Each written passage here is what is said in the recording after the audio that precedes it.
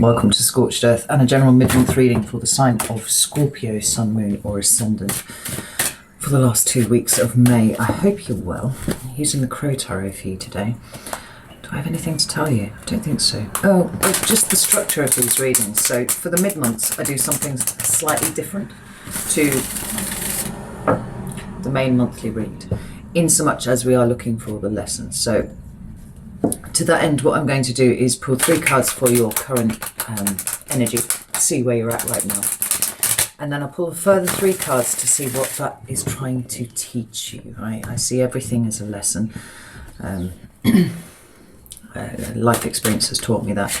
And I've found over the years that it is easier to navigate what can be, you know, sometimes quite challenging energy if you can detach from it just a little bit and see what the energy is trying to teach you. Now, sometimes it's not trying to teach you a big lesson. Sometimes it's trying to, you know, pave the way for something new that's coming in. I won't know until the cards hit the table. But either way, I think that practice of detachment is a really, really useful thing. And so this is why I share it with you. We'll close out the reading with 3 cards of advice. And if that hasn't quite made sense, then bear with me, because I'm sure it will by the end of the reading. So, my lovely Scorpions, let's get 3 cards for your current energy, please. So we have the 3 of Wands, we've got the Queen of Cups and the King of Pentacles coming out together. And let's pull one more. There we are, 8 of Pentacles. We've got the 5 of Cups at the bottom of the deck. Now, that is a Scorpio card right there. And it's one that deals with themes of loss. It can deal with bereavement and grief, or it can deal with resentment and bitterness that comes from having had a loss, right? And kind of everything in between. I mean, let's face it, they're not mutually exclusive. But at the core of this card, it's talking about focusing on things that have been lost rather than noticing things that still remain. I notice that right behind it, we've got the Page of Wands and the Ace of Cups. And so rather than this being a state that you are in currently, I actually feel like it's a state that you are beginning to remove yourself from. And I shall explain for why. Well, not least because, you know, this Page of Wands is about choosing to live differently, right? And with the Ace of Cups there, choosing to live more openly, right? More open to emotion, more open to other people's emotion, more open to other people accessing your emotion. And you're a deeply emotional sign, a fact that is missed a lot of the time by a lot of other people. You know, Scorpio is one of those signs that people love to denigrate without actually taking the time to really feel into what is the Scorpio experience and understand why it is that you are the way that you are, because it's never quite as simple as people try to make out. And it really pisses me off when people make those kind of big stereotypical judgments about why, you know, you are the way you are. Anyway, that quite aside, this 3 of Wands is interesting because it feeds directly into the Page of Wands for me. It is talking about you making practical changes about the way that you are showing up at the moment. And this is really, really positive. I noticed that in the Crow Tarot, this one, the 3 of Wands actually has the crow looking towards this star. And the star is a symbol of the future. It's also a symbol of connection for me. And the Wand suit is all about living, it's about experience, and being a 3, then it is also about the external experience of that. It's not what's going on in here, it's what's going on outside. And how I think increasingly, certainly at the moment, you are attempting to make changes in the way that you show up in the world to better reflect the changes that are going on within you at the moment. Now, the 2 cool cards that we got flying out there, it's the King of Pentacles and the Queen of Cups, and they are Taurus and Cancer respectively. But it's quite an interesting combination because the Queen of Cups is the most receptive of all the court cards that are up. Yeah. Queens are receptive, water is receptive. It's kind of like receptive squared. And I think the symbol here symbols rather that speak to me the loudest are the cup itself with the moon directly above it. You see it there. You notice how that cup is cracked wide open, very much like how we see the Ace of Cups there, right? It is letting things in, it is letting things out. There's a movement of emotional energy going on for you now. It is tempered somewhat by the King of Pentacles. Now, like I said, it's Taurian energy, and it's very much preoccupied with the home space, or, you know, it's kind of, I just think of Taurus is kind of like staking a claim to a little corner of the universe, right? And they make it beautiful and make it wonderful. It's very structured, but Taurians are, along with Capricorns, I would say, actually, sort of the pinnacle of delayed gratification. There's an understanding here that what you are trying to do will not be done in a day. Perhaps some of you are undoing decades of programming. So it's about putting those steps in place now. It's about making little changes now for benefits that you will receive further down the line, right? You're not interested in having, you know, the instant gratification of now. So everybody's showing up to you differently and going, oh, look how Scorpio's changed. Isn't that magnificent? You know, I actually don't think that you want to turn things around quite that fast anyway, because like I said, you've got a lot of programming to undo and work around, and healing it's not a linear process, and it's also not particularly swift. You know, these things take time, and there seems to be very much an understanding of that here in your current energy, and I actually really like it. But you're not going to do anything until it feels comfortable for you to do so. It's about those slow steps. We see that echoed then further by the Eight of Pentacles. There's a real diligence about your energy at the moment, Scorpio, and I really, really like that. Feeding in, as it does, to the King of Pentacles here. Little steps, measured progression each time, and an understanding that the process of turning around and noticing those two cups there, which I think you kind of, you're engaged with that now, right? You've got to the point where you kind of looked up and stepped back and gone, actually, there are two cups there, and life is what I make it, and I can do anything that I put my mind to, and I want to heal. And that feeling has been coming through really, really strong for Scorpio recently. I'm here for that all day long. So let's have a look at the lesson. What is the lesson of this energy at the moment? Ooh, we have the Chariot. Two cards come out in the middle again. Page of Cups and the Five of Swords. Stunning. Oh, and the Emperor. Right, lovely. I actually really like this. We have the Eight of Swords at the bottom of the deck. The lesson of the energy that you are in at the moment, it seems to me that you really, really understand at this point. It doesn't actually feel to me a lot like I have to, you know, unveil some massive secret to you here. Like, you get it, you understand it, you know. The Eight of Swords is all about the ways in which you have kept yourself mentally restricted. And I use the word mentally advisedly because it is the mental restrictions that you have placed on your own emotions that have had you feeling stuck and where you've been for such a long time. You know, coming from a place of fear of such incredible pain, you know. But there's the Wheel of Fortune underneath and the Nine of Cups, right? How you achieve this place of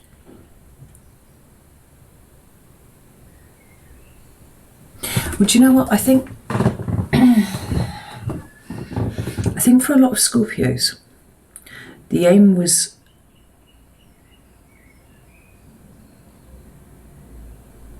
just to, initially, you come from a place of avoiding that incredible pain that you've experienced over your life, right? So that's why you've done the things that you've done and the way that you've done them. But it seems like there's a layer that's been exposed. A possibility of living life in a bigger way, you know, feeling to a deep level that doesn't wound. And how that's come about will be different for each of you. The fact that it's come about at all, I think, is absolutely incredible. But we're going from the avoidance of pain to the cultivation of peace and contentment and happiness, which are three words that I never thought I would apply to the Scorpio experience, but they are here. You are learning. And more than that, you're pursuing. Which almost inevitably leaves you exposed, leaves you vulnerable.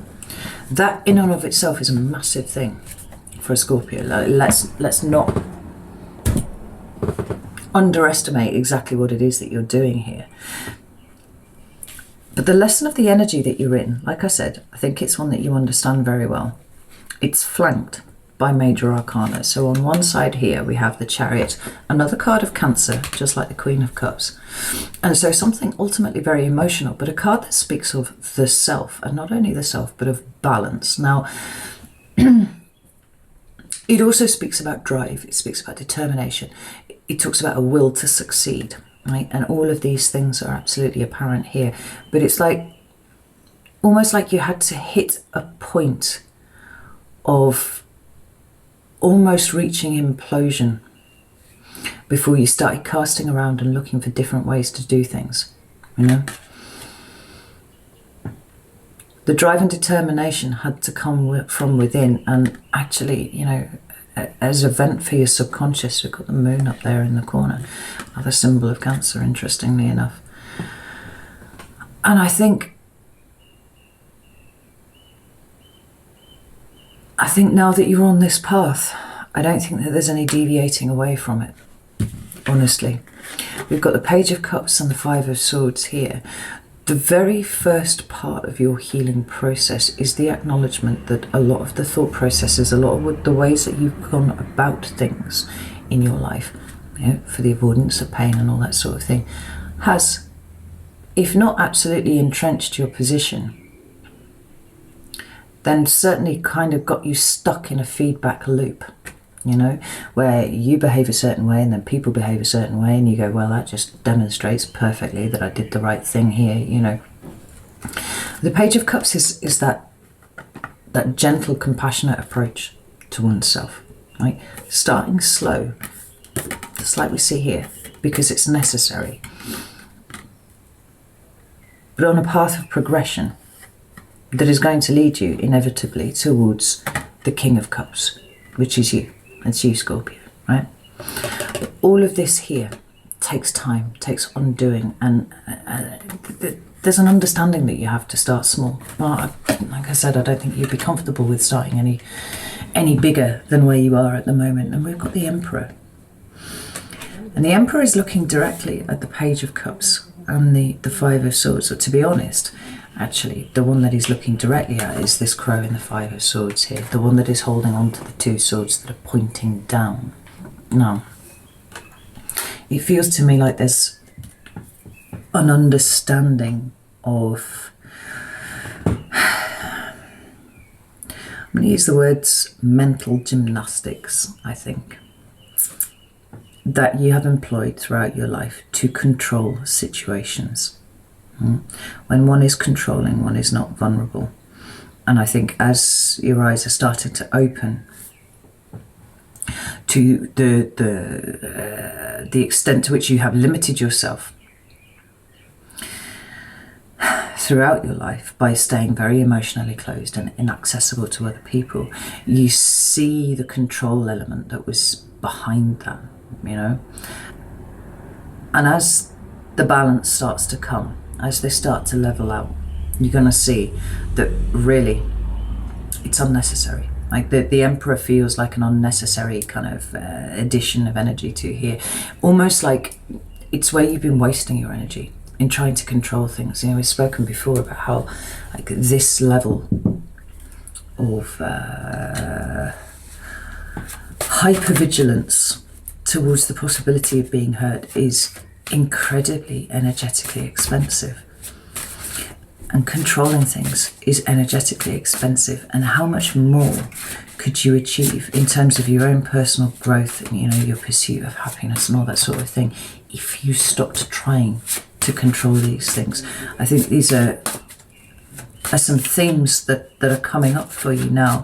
Whether or not you've put words to them, there's certainly an innate understanding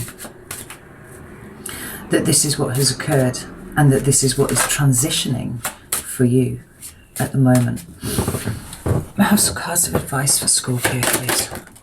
Thank you. We've got the High Priestess.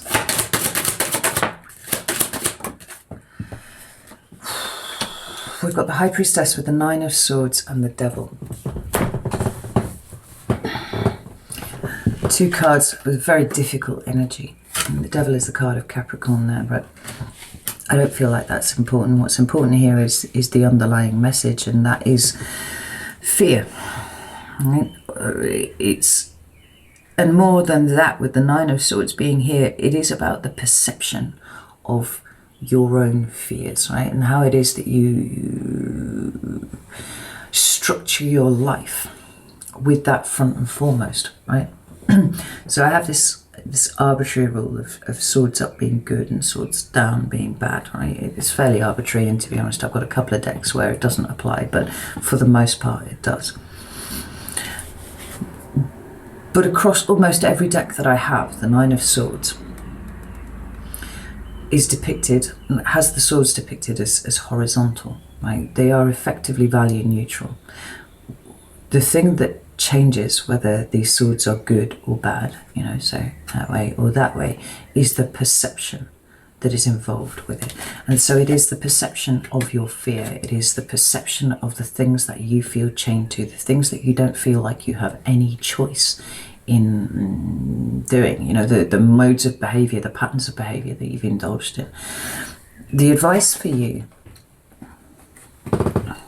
here is with the High Priestess, who is the keeper of all wisdom and knowledge, right? Deeply spiritual and also emotionally sentient card here, right? It's a card of Pisces, who I think is probably the sign that matches you in terms of how far it is possible to feel, but coming from a different perspective, right? It's about employing your innate emotional wisdom. 2, your perceptions of what frightens you, your perceptions of what keeps you trapped, you know, because the thing with the Devil is whatever's chained is usually there by choice, right? So whether it's this little blue tip as we've got on the card here, or in, you know, any other one where we've got a couple of people restrained by the neck, but always fairly loosely, right? If they wanted to, they could take that off and move away from it. But it's the perception, it's the fear of what might happen if they do that. Now, you're all about taking responsibility for yourself. And, you know, I wonder if, though, with the employment of these mental gymnastics, you've kind of been going about it the wrong way all of this time. Well, I know that you have. That's kind of what it is. And it's understandable, you know, with what you've taught has been the human experience since, you know, forever. It's understandable that this is the case. But it's look at your perceptions of these things, right? Identify the things that frighten you, and then look at why they are there. You know, what is it that your subconscious, and it is your subconscious, absolutely is your subconscious, is trying to protect you from? And then, does it have a basis in reality? Because I think that you will find for most of the things, you know, certainly now, you as an adult Scorpio are not likely to be hurt in the same way that you were when you were young, when you were a child, when you were, you know, a young adult, all of these sorts of things. You have the benefit of wisdom, you have the benefit of experience, and you have the benefit of incredible insight, certainly into other people, but you're kind of turning it around and looking at yourself. Now, what is it that triggers off that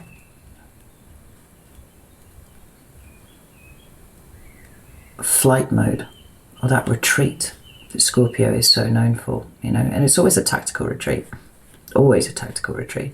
Why is it employed? You know, what are you trying to protect yourself from that does not exist anymore?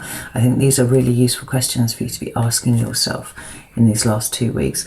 We have just recently had a Scorpio full moon, and it might be that that's brought to the fore an awful lot of things. I think that it has, because actually think that this reading is overwhelmingly positive. It's full of insight and determination to work on things.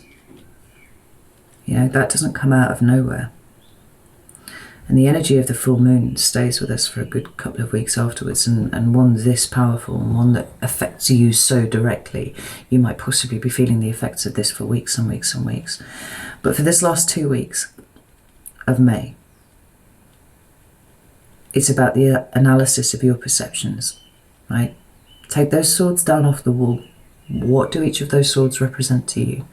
Look at them, analyze them, work out if they are actually a threat to you.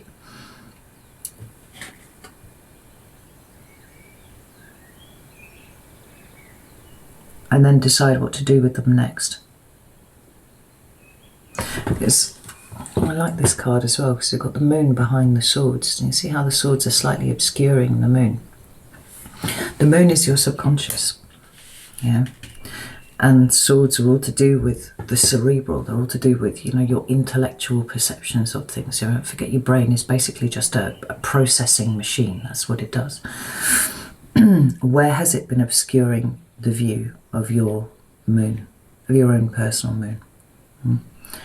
And could those swords maybe be taken down now?